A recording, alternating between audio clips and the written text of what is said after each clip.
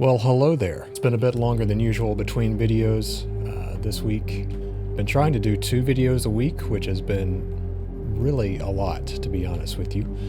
But I would at least like to stick to 1 video a week, and we're gonna do it, regardless of how much I have to skimp on the editing for this one. Been trying to shoot this one for the last 3 or 4 days. I recently upgraded my studio computer to a much more powerful system, and that has been absolutely terrible. It has not gone as smoothly as I had hoped. I thought I had a very clear plan of how I wanted to migrate things over, and almost nothing worked the way that I expected or wanted it to. And I'm not going to say that certain plugin manufacturers made my life much more difficult than it should have been and cost me actual large chunks of my life, but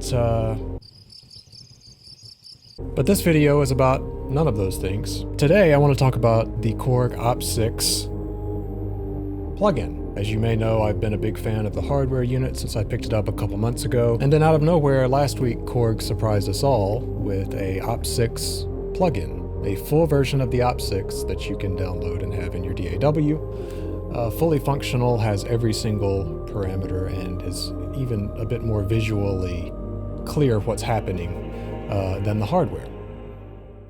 So today is just going to be a quick video taking a look at that. I think you can still get the plugin for a slight discount if you purchase it within the next week or so. It's like $50 off or something like that. And if you have the hardware version of the Opsix, you can grab a coupon code which will allow you to download the plugin for $49. So let's get right into it. Eventually, this kind of video is going to be a live stream. Okay, I want to start doing live streams. My internet here is absolutely horrendous. That's just part of living in the middle of nowhere. But rumor has it that we will be joining the 20th century. I've given up hope for the 21st, but I do think we'll finally be able to join the rest of the world in the 20th century within the next few months. So hopefully faster internet coming to my area, please. Okay, let's drag in an instance of Opsix Native, as it is called. Now you can see we have a very visually pleasing interface, if I do say so myself. I really like how clean and how visually representative this plugin is. You get real-time visual feedback on all of the operators, the way that they interact with one another, and you have access to all of your modulators down at the bottom, the motion sequencer, the step sequencer. So it started us off with just an initial patch here. Let's just build one together and see what we can come up with, and then I tell you what, I'm gonna, regardless of how it turns out, I'm gonna give this patch away for free, which you can find as the first download in the description. The great thing about this plugin is you can transfer patches between the hardware and the software freely. So you want to make patches on the software version, transfer it over to your hardware to take on the road or something, you can do that. Or for instance, if you've already designed a bunch of patches that you really like on the hardware synth, you can transfer it over and use it in your DAW as a plugin. So let's get into designing a patch with the Opsix and see what we can come up with today, and see if it's worth you even wanting to download it for free at all. I really haven't planned this out in advance, so it may be so terrible that I have to actually pay you to take it. Okay, the first thing I'm going to do is go in and choose an algorithm. Let's go here. I'm not going to get too much into how FM synthesis works today. There are plenty of great videos about that, and if you would like me to do a video about that, leave a comment below and I'll be sure to get to that eventually. But for now, let's just see what we've got going on with this routing.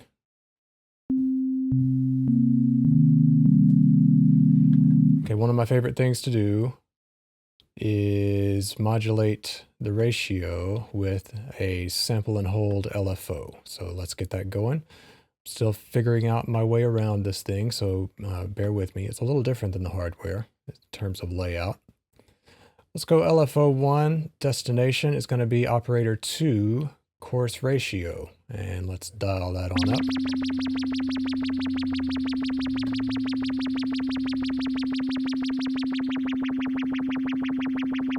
Let's make that a sample and hold.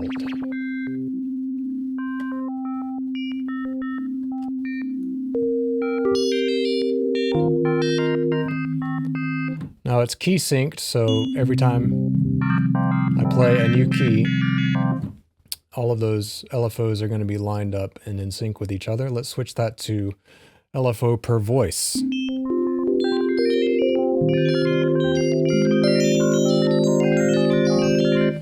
So that does some interesting things. Let's bring that in gradually.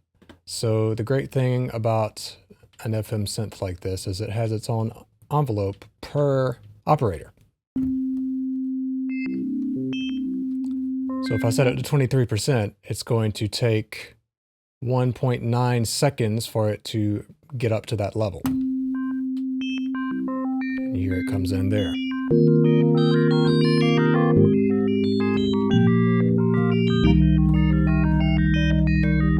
That's all well and good. I think rather than having it be so rhythmic, I would like, first of all, to dial back the intensity.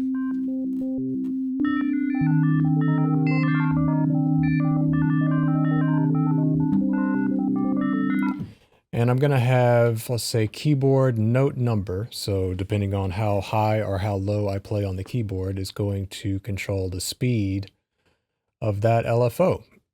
That's LFO 1 speed. Let's dial that up.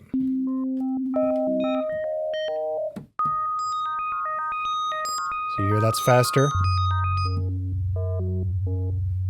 Down low, it's slower.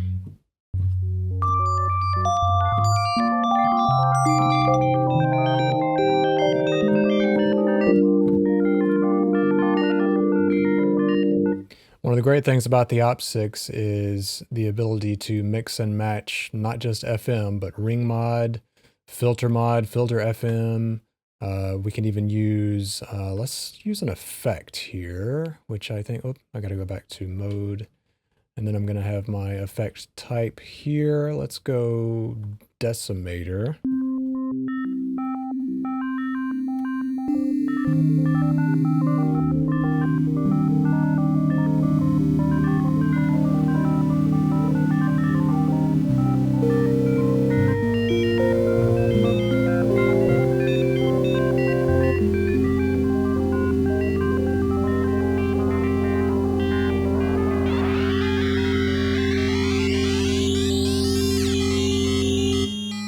So what this does is turns on or off sort of the pitch tracking, or really it just locks it into a certain ratio, as it says right there. But here you can have it on a fixed pitch, so you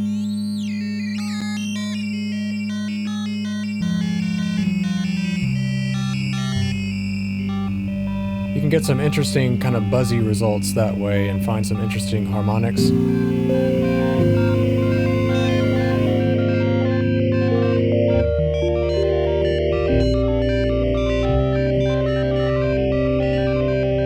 And you can actually see what those modulators are doing to the carrier wave.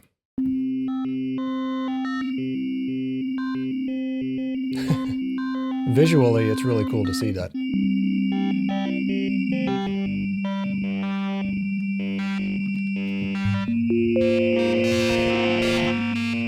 It's a little harsh.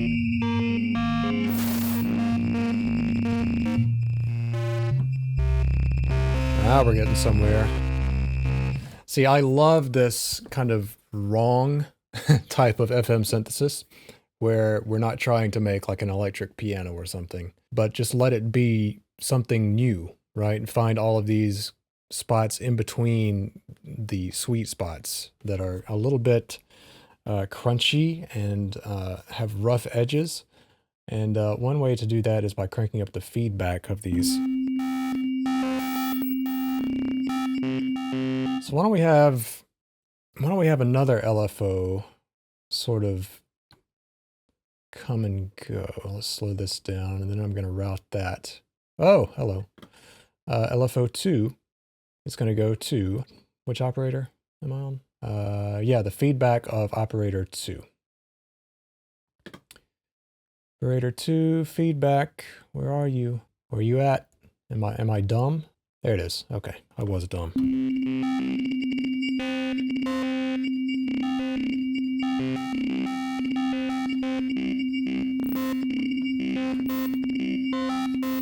I'm just holding down one note. That's That's like inspiration for a track right there. You know what? I'm actually going to take this back to... oh, wrong LFO. I'm going to take this back to common so that it re-triggers at the same time. And... yeah, I'm messing myself up with the note number. I'll tell you what, I'm going to change that to something that I can increase over time. Let's say with the mod wheel, I can increase that. Let's see if I can get to my mod wheel here.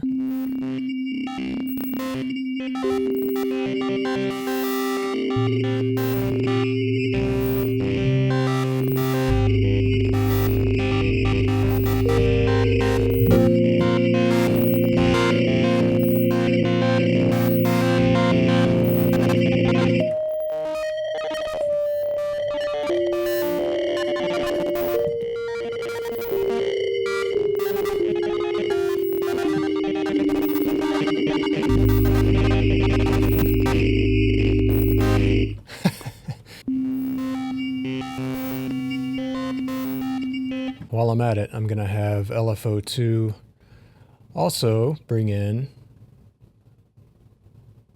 that's operator for level.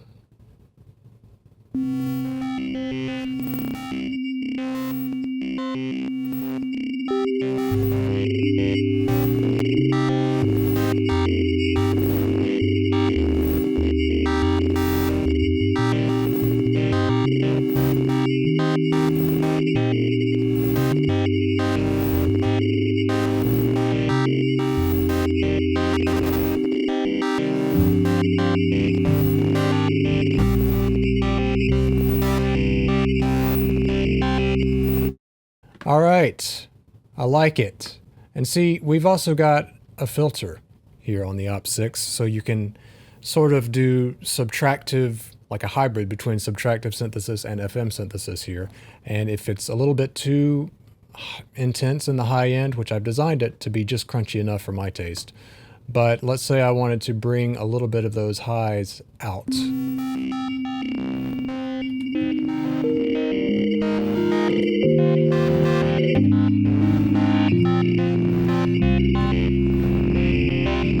How do you sync that LFO? Aha! There we go. Yeah, now it's a quarter note.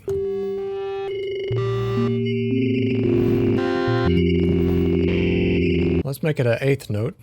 I always go the wrong direction. It doesn't matter what I'm doing, I go the wrong direction.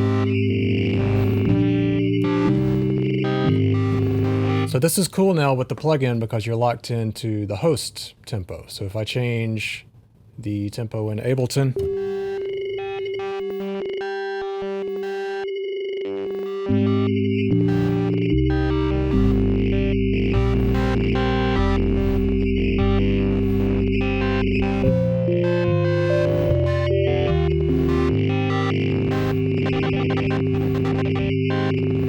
you get the idea, right?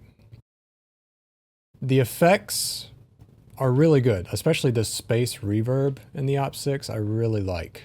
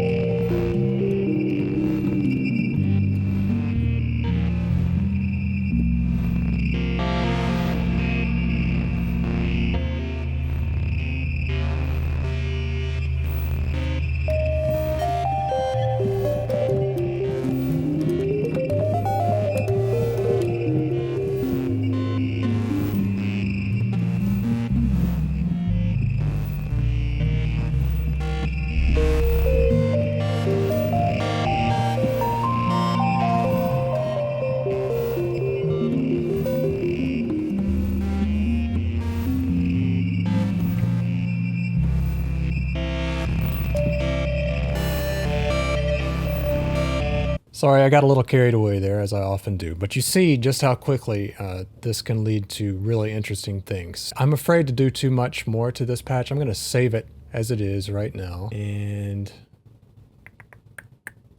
we're going to name this Broken Rhythms. It's the first thing that came to mind. There's also a nice tape delay in here as well.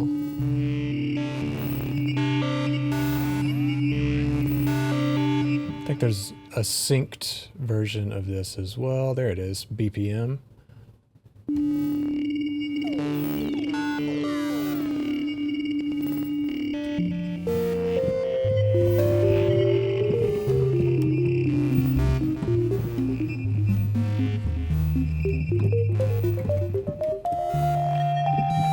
We've got a chorus.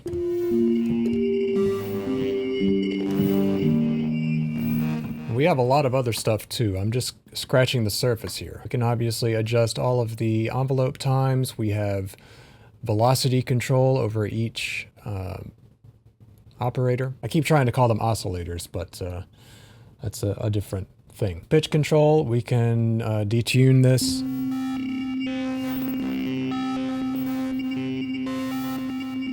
I kind of like that. Let's add a little wobble to operator 2. So let's go into our LFO. We haven't used LFO 3 yet. Might as well use it for something. And let's make operator 2 detune. Detune, where are you, detune? I guess pitch will do.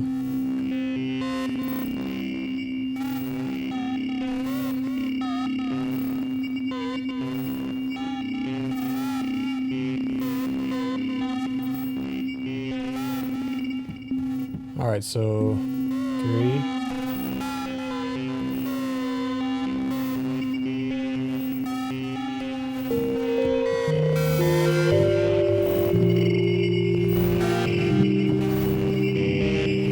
Slow it down even more, make it even more subtle.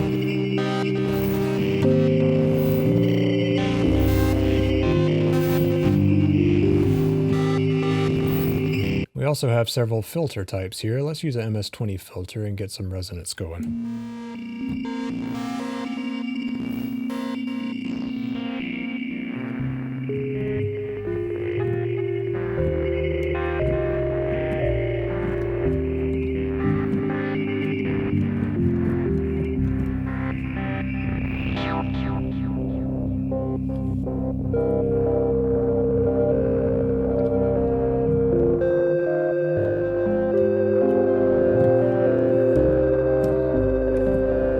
I like it. That's very nice. If I do say so myself, that ain't half bad.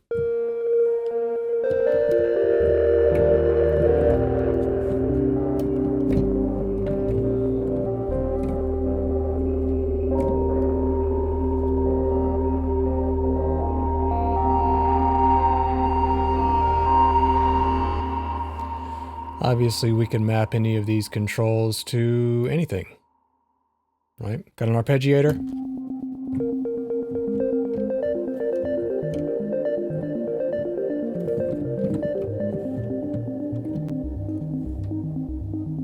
So I think you get the idea. I'm gonna remove the filter because I do like it with all the harmonics, but if you add the filter back in, it gets all that MS-20 crunch, which the MS-20 has some of my favorite filters of all time. So you crank the resonance a little bit and it absolutely screams. I love it. Yeah, so I think I'm done with this patch. You know, one other thing that we could do if we were so inclined, sometimes I like to add, come on, you can do it, note number, and have that control the pan of the whole patch, so that it almost feels like, kind of like when you're sitting at a piano and the lower notes sound like they're to your left, the higher notes sound like they're to your right. You get kind of that effect, which brings a little bit of real worldness to the sound, an otherwise very digital sound.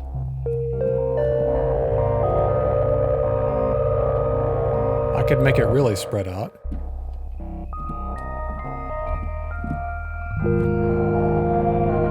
I don't really want it to be that extreme, so I'm going to leave it somewhere in the middle.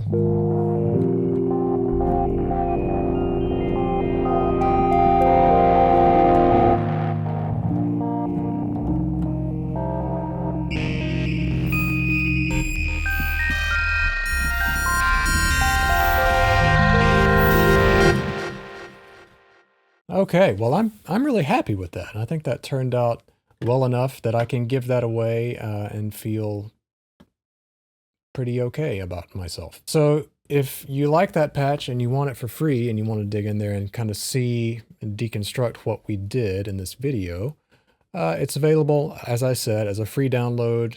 First link in the description.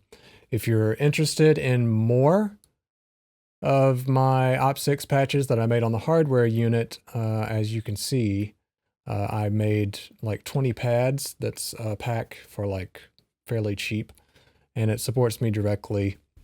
Allows me to pay for this computer that I just purchased. Just as an example of some of those patches.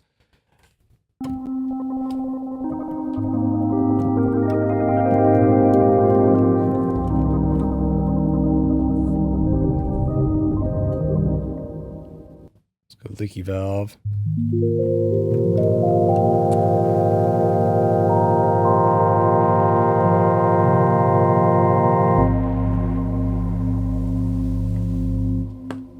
Broken organ.